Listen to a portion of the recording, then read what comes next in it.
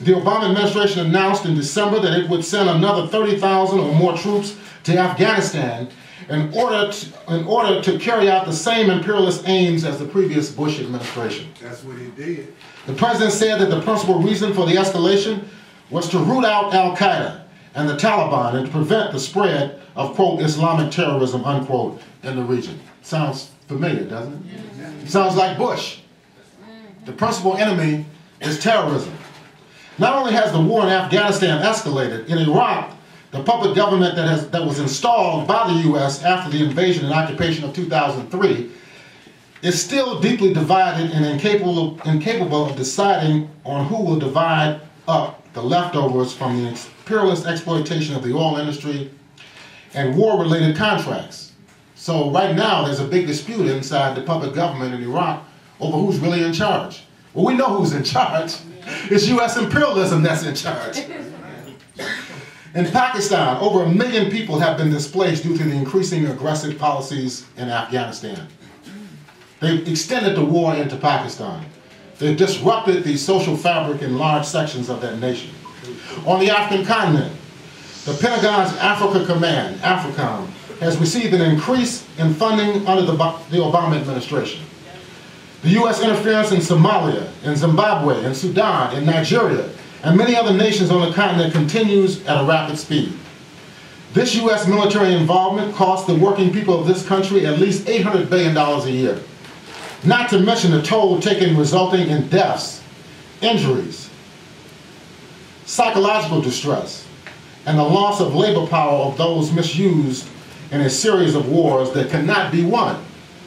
They can't win the war in Afghanistan. They can't win the war in Iraq. They can't win the war in Somalia. They can't defeat the people in Latin America and Cuba and Venezuela and Bolivia who are moving more and more towards the left.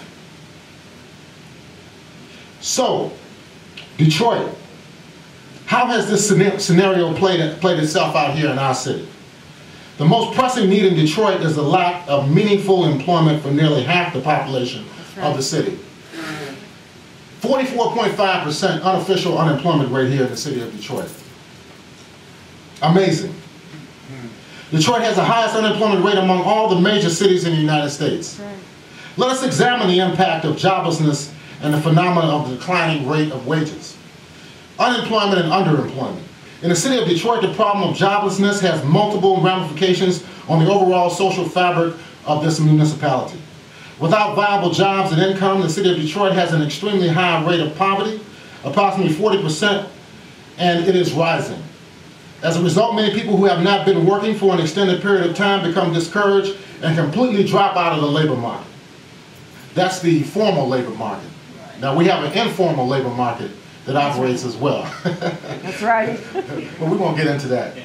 Now, this declining rate of employment and income loss affects small businesses, it affects housing, it affects schools, it affects people's families, and it also affects community life as a whole.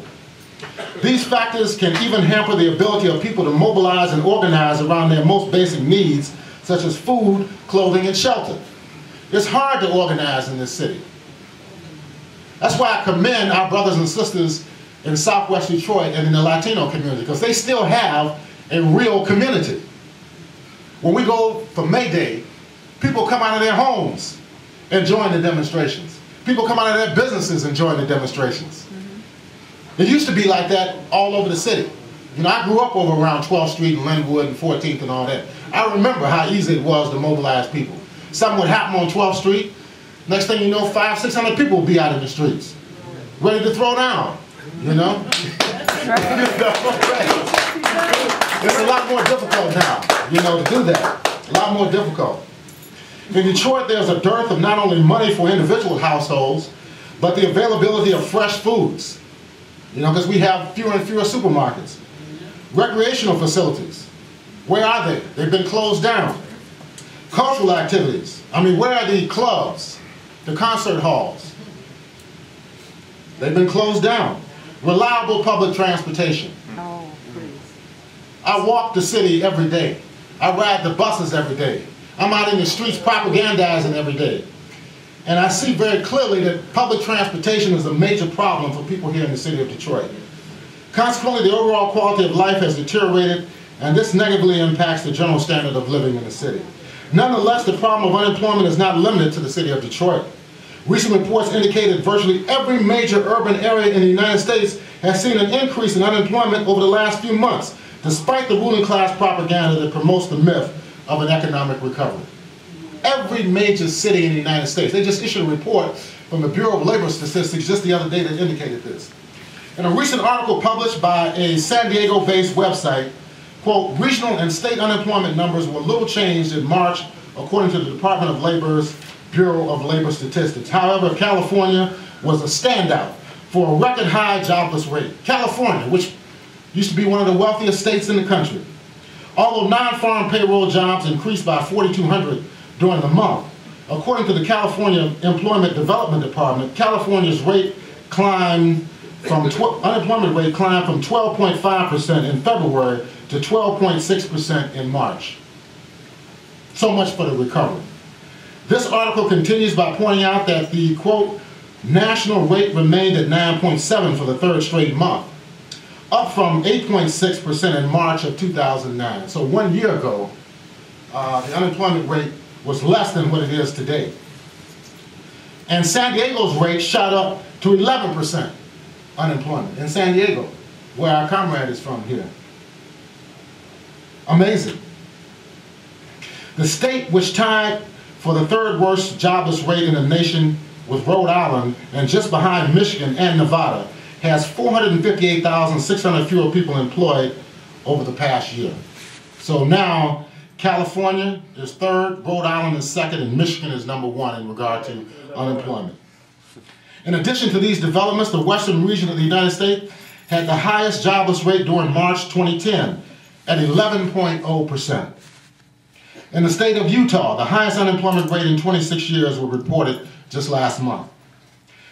The Deseret News says that, quote, the state's non-farm wage and salary job count has shrunk by 1.9% over the past year, with about 22,500 jobs removed from the Utah economy since March of 2009. The state's seasonally adjusted unemployment rate was 7.2% in March, an increase of 0.1 percentage points from February. A year ago, unemployment in the Beehive state stood at 6.4%. So it's increasing at a relatively rapid rate. In the state of Oregon, unemployment was up as well. In March, the unemployment rate was 11.2% in comparison to 10.6% during the same time period in 2009. That's all in the United States. In the southern United States, the state of Arkansas saw a rise in unemployment for the second straight month. The state's jobless rate in March 2009 was 7%. However, 1 year later, the figure has climbed to 7.8%. Kimberly Friedman, who is the communications director for the Arkansas Department of Workforce Services, said that, quote, although Arkansas is still feeling the effects of the recession, the increase in our rate this month follows historical trends. In the last 10 years, Arkansas's March rate has increased 5 times. It's amazing. On the east coast of the country, the situation is also reflective of the general trend towards higher rates of joblessness in urban areas. In fact, quote, New Jersey ranks second among the states with the largest increase in initial unemployment claims for the week ending April 3rd. The situation in New Jersey, where the number of unadjusted initial claims grew in the first week of April by 3,582 to 14,570, earned the state the second place behind Pennsylvania.